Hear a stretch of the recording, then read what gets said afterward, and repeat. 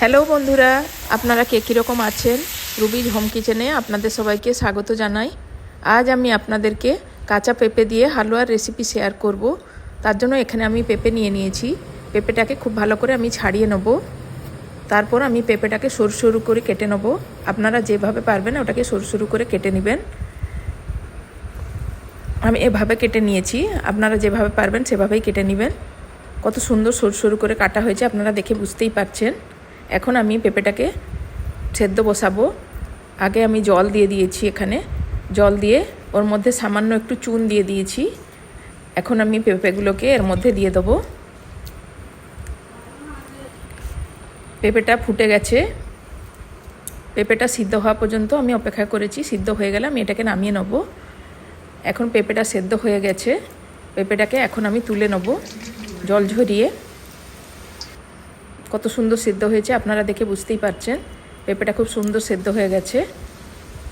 এখন আমি এখানে একটা প্যানের মধ্যে ঘি নিয়ে নিয়েছি, দিয়ে এর মধ্যে এলাচ আর লবঙ্গ, দুটো তেজপাতা দিয়েছি, কিছু ড্রাই ফ্রুটস কুচি দিয়েছি। আপনারা যে যেরকম ড্রাই ফ্রুটস চাইবেন ওইভাবেই ড্রাই ফ্রুটসগুলো দিয়ে দিবেন। এখন ড্রাই ফ্রুটসগুলোকে আমি খুব ভালো করে ভেজে নিয়েছি। ভাজার পর আমি ওই সেদ্ধ পেঁপেগুলোকে আমি এর মধ্যে দিয়ে দিলাম। কিছুক্ষণ নেড়ে চেড়ে নেবো। স্বাদের জন্য সামান্য একটুখানি নুন দেব, দিয়ে এটাকে ভালো করে আমি একটুখানি নাড়াচাড়া করে নেব।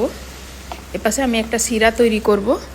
শিরাতে আমি 1 কাপ চিনি আর সামান্য একটু জল দিয়ে, ফুড কালার দিয়েছি সামান্য একটু, আপনারা দিতে পারেন নাও দিতে পারেন, ওটা অপশনাল।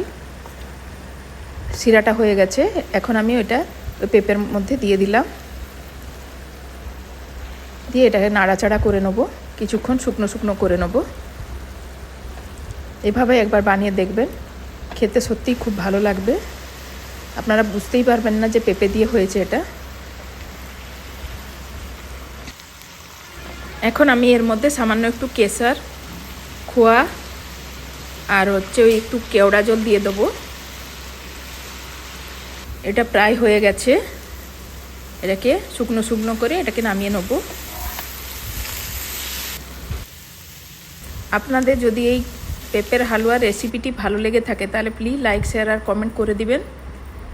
দেখতেই পাচ্ছেন কতটা ঝরঝরা হয়েছে এটা। চ্যানেলে যদি আপনারা প্রথমবার হয়ে থাকেন তাহলে প্লিজ সাবস্ক্রাইব করে দিবেন।